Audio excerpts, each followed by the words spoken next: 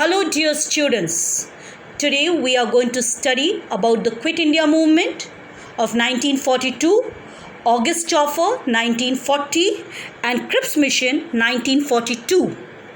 Let's start with the August Offer of 1940.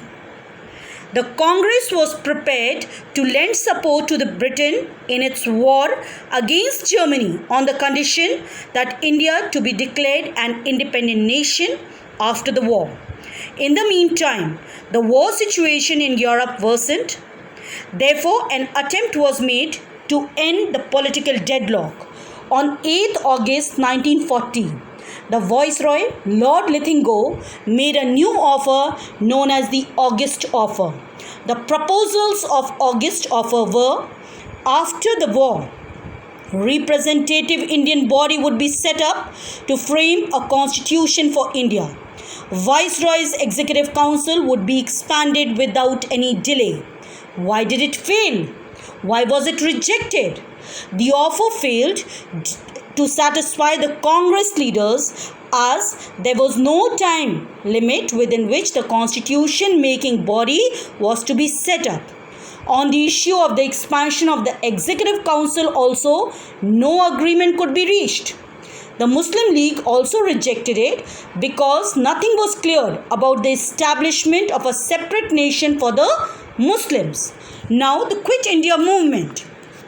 The Quit India was the final call, the definite organized movement of civil disobedience for the immediate independence of India from the British rule. The call was given by Mahatma Gandhi on 8th August 1942 and made famous by his slogan, that is, do or die. Now, the reasons, the causes that led to the Quit India movement of 1942 were failure of Crips mission and the Japanese threat. Let's begin with the introduction of Crips mission. Japanese army was rapidly approaching towards India, so it became necessary for the British to break the political deadlock in India. On March 11th, 1942, the British PM Churchill announced the Sir Stafford Cripps would go to India and consult all the parties. So the Crips mission proposed the following constitutional reforms. What are the clauses? What are the features of Crips mission? India would be given a dominant status. A constituent assembly would be set up who would then draft a new constitution. There would be a federation of British India and Indian states.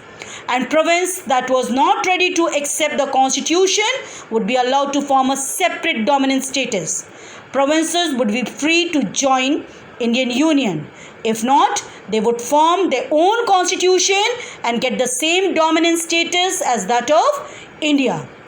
The other clauses are: an undertaking would be signed between His Majesty's government and the Constituent Assembly, covering all the matters related to transfer of responsibilities. Provisions would be made for the protection of racial and religious minorities. During the war, Viceroy would remain in power in India and would be responsible for the defense of the country. However, it would be the responsibility of Government of India to take care of the military and other needs. Let's revise the clauses once again. That is, dominant status to India. Constituent Assembly would be formed to draft the Indian Constitution. Viceroy would remain in power in India. Provinces would be free to join Indian Union or have their own dominant status. Now, why this Crips mission failed? What were the reasons?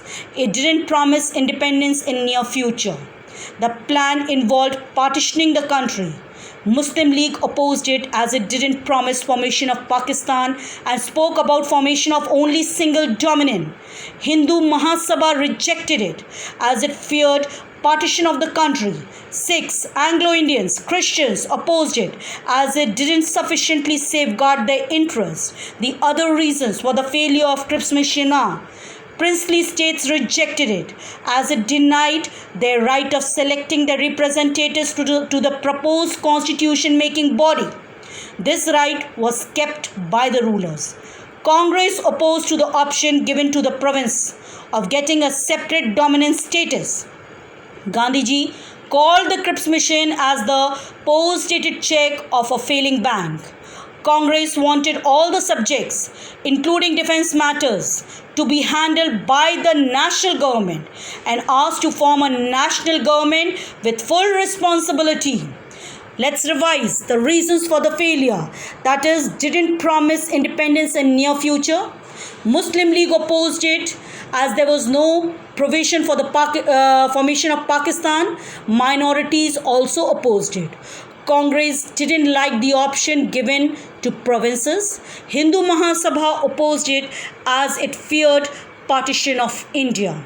Now, we are going to the second cause of the Quit India movement, that is Japanese threat. In 1942, Japanese army had attacked Burma, which was marching towards Assam. Gandhiji said that the presence of British in India is an invitation to Japan to invade India. Their presence was working like a bait, and their withdrawal would remove the bait. So, all Indian leaders were convinced that immediately it is time for India's complete independence from British. So Gandhiji decided to launch a movement asking British to quit India. Now, what is Quit India movement? The Congress held a meeting at Wardha in July 1942 and passed Quit India resolution, which stated British rule in India must end immediately. All India Congress Committee met at Bombay on August 8, 1942 and passed the Quit India resolution. Before the movement was launched, early in the morning of August 9, British arrested Gandhiji and other Indian leaders and were taken to unknown destinations. And once again, Congress was banned and was declared as an illegal organization. It was followed by severe reactions from Indians and more severe repressive measures from British.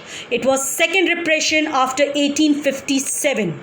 Gandhiji was kept at Aga Khan Palace, Pune, and other leaders were kept at jail in Ahmednagar. Government was successful to crush the movement. Many other leaders started an underground movement till 1944.